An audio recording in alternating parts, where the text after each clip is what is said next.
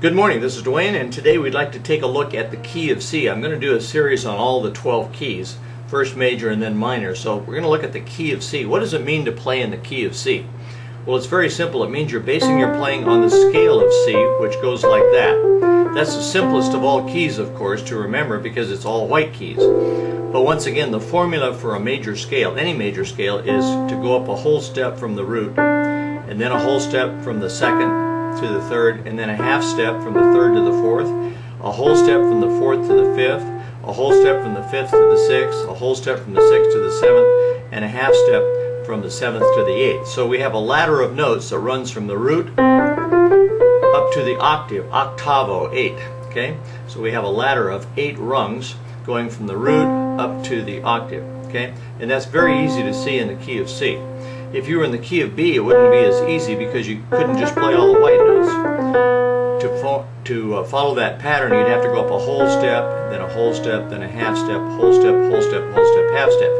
So in the key of B, you have all the sharps, all the black. I shouldn't say all the sharps, but all the black keys. Okay. So let's come back to the key of C. It's based on the scale of C. So that means when you're playing. When you're looking at sheet music, you'll see no sharps or flats in the key signature. You won't see any sharps or flats in the key signature. You may very well see sharps and flats in the context of the piece, okay, and that's always the composer's choice. But you won't see it in the key signature. Okay, so we're basing our playing on the scale of C. Now the primary chords, the main homeboy chords in the key of C are the 1 chord. That's the chord built on the 1st degree of the scale. The 4 chord, built on the 4th degree of the scale, and the 5 chord, built on the 5th degree of the scale. Okay, so I'm taking every other scale note up from C, every other scale note up from F, and every other scale note up from G. Those are the most used chords in the key of C. And if you listen to songs, those will be the chords that occur the most in most songs. Okay, it's always a composer's choice. He doesn't have to use those chords. But if you put all the songs that were ever written in a computer and counted the chords, you would find that 1, 4, and 5 are the predominant chords in the key of C. Well, 1, 4, 5 are the predominant chords in any key, but in the key of C, the predominant chords are the 1 chord C, the 4 chord F, and the 5 chord G. Incidentally, technically, that the root chord is called the tonic chord. This is called the subdominant chord, and this is called the dominant chord. So we have tonic, subdominant, and dominant. Okay, those are the 3 most used chords. However, the next most used chords are the 2 chord, which would be D minor, followed by the 6 chord, 1, 2, 3, 4, 5, 6, which is A minor, followed by the 3 chord, which is E minor, and bringing up the rear is the 7th.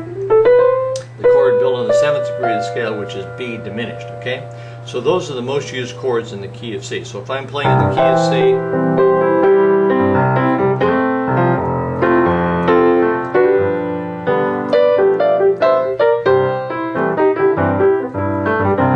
usually I'm going to play those primary chords more than the others. Okay, and no matter. That was kind of a corny style, but you could play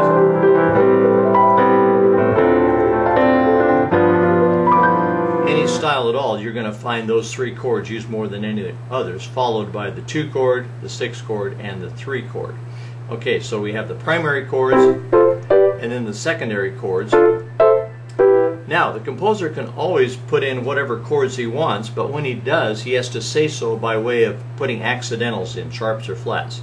So, if you find a song that goes like this in the key of C, see,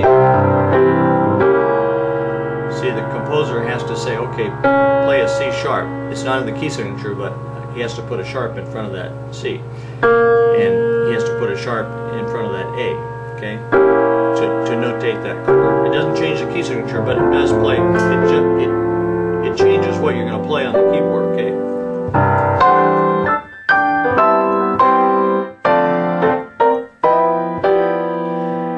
Okay, so just a little introduction to the key of C, and each day we'll have a new video dealing with some other key, okay? And I'll go methodically through all the major and then the minor keys. So we'll see you again tomorrow with another video. Until then, thank you. Bye-bye for now.